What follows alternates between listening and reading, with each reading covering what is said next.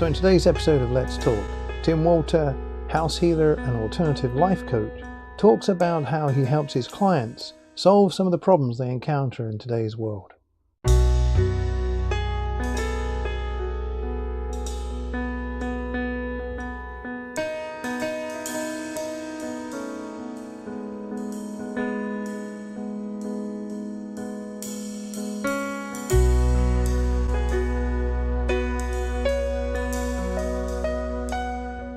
You were talking about the way that the world shapes us, and I think, and you were talking about the packages, and as I was listening to what you were saying, I could relate to the way that in education, in sociology, in psychology, in the way the media and culture is designed, we are manipulated into certain molds to try and make us adaptable for the needs of the societies that we live, regardless of which country it is.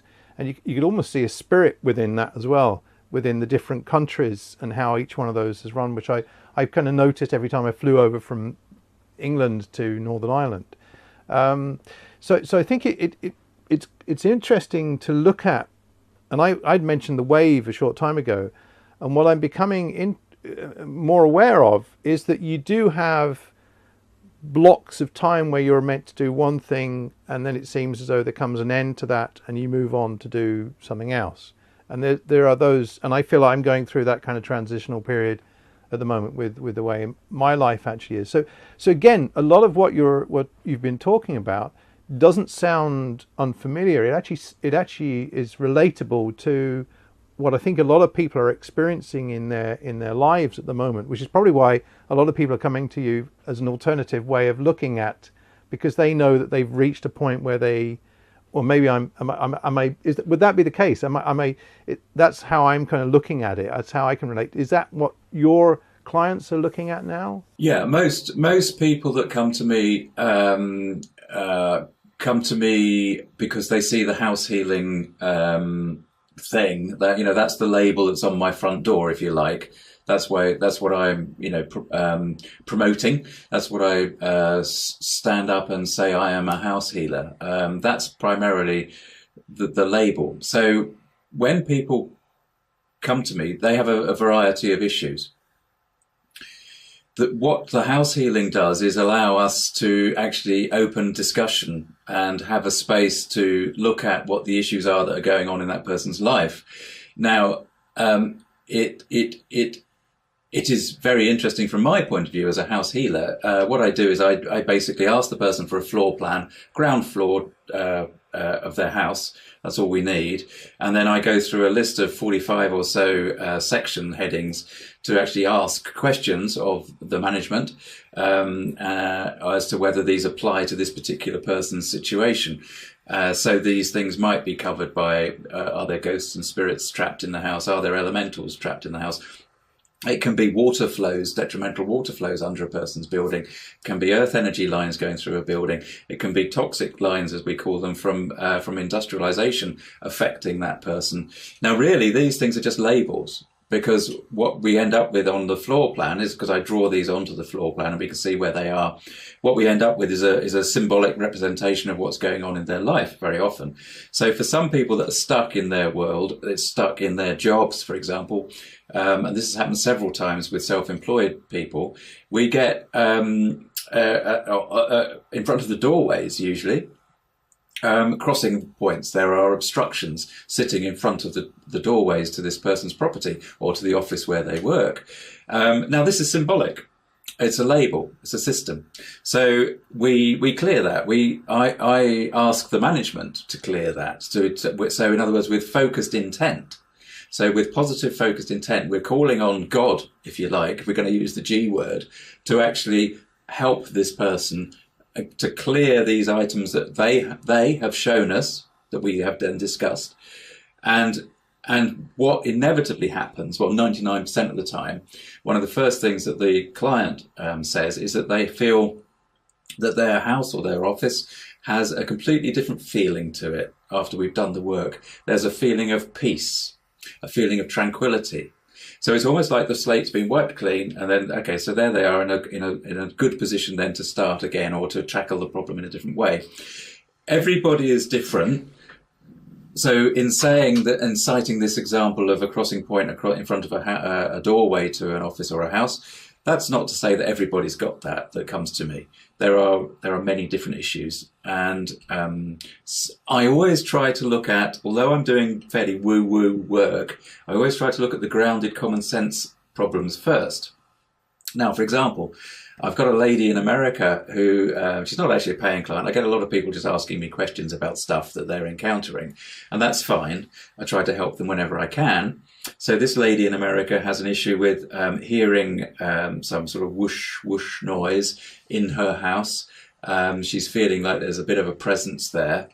And I've doused this a little bit. I can't spend a lot of time because obviously she's not a paying client, and I need to still keep service my paying clients and keep the roof over my head. But I've looked into it a little bit.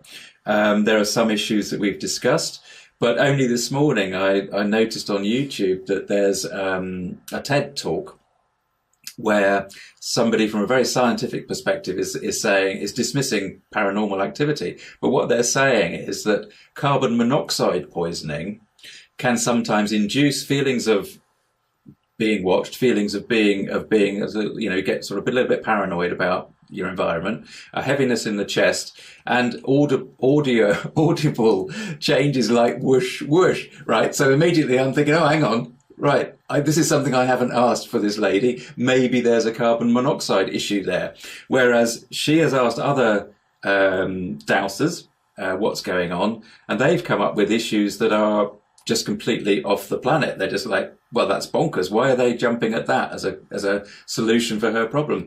The likelihood is it's a very common, grounded, practical, everyday solution that she needs, not necessarily a spiritual one. So I suppose what I do is I'm open to the spiritual possibilities, but I like to take people through the common sense grounded stuff first, because let's get that out of the way, because 99 times out of 100, that's what's going to be the issue.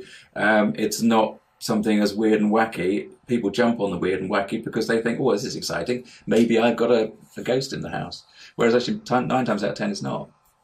Don't think that answered your question, but whatever. Well, no, it actually does, because I think what's interesting is that, again, through the conversation that we're actually having, it's obvious that you're still questioning a lot of the stuff yourself, which is why you feel the way you're looking for your own. You're also looking for scientific sort of ways, and I think that grounding is really quite important. And I think even as a message coming from this, that don't always look for the wacky, look for the more rational. And if after you've looked at what is rational, there is no alternative, then start to look at what other things could be coming on. Yeah, especially if there's carbon monoxide that could be poison. Because it's a killer. There's a really dangerous. So I'm going to put that on the top of my list to be asking about it with every client from now on. I do just want to interrupt you because one of the crucial things is about all of this experience, right?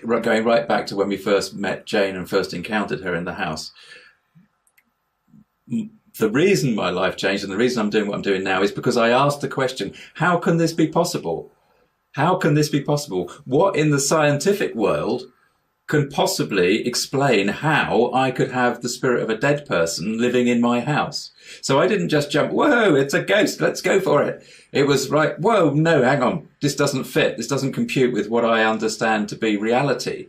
So right from day one, I've always questioned and always asked. And I find what that's led me to is quantum physics and quantum biology and neuroscience, what the chuff they're, finding out about how the brain and how the physiology of a human being works. And it's absolutely fascinating stuff, because actually what it's doing is bringing science and the scientific and empirical fact even closer to the spiritual experience of the individual. And this is just bizarre, because it's science that's driving that more than the spiritual, But, and I actually agree with you, because most of my qualifications are in science-led subject matters. It's exploring things from an empirical, looking for several sources of information to back up what's going on, and yet I'm finding that spiritual as well. It's what my faith encourages me to do, and not to just accept to test what's going on.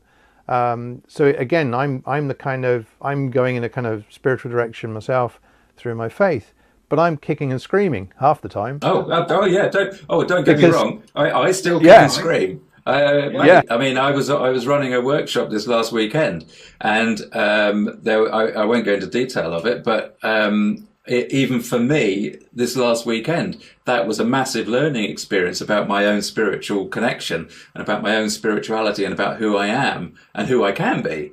yeah, And I'm kicking and screaming through this. Leading a spiritual life is not an easy option. no, no, It's no. all about personal evaluation and personal assessment and understanding self.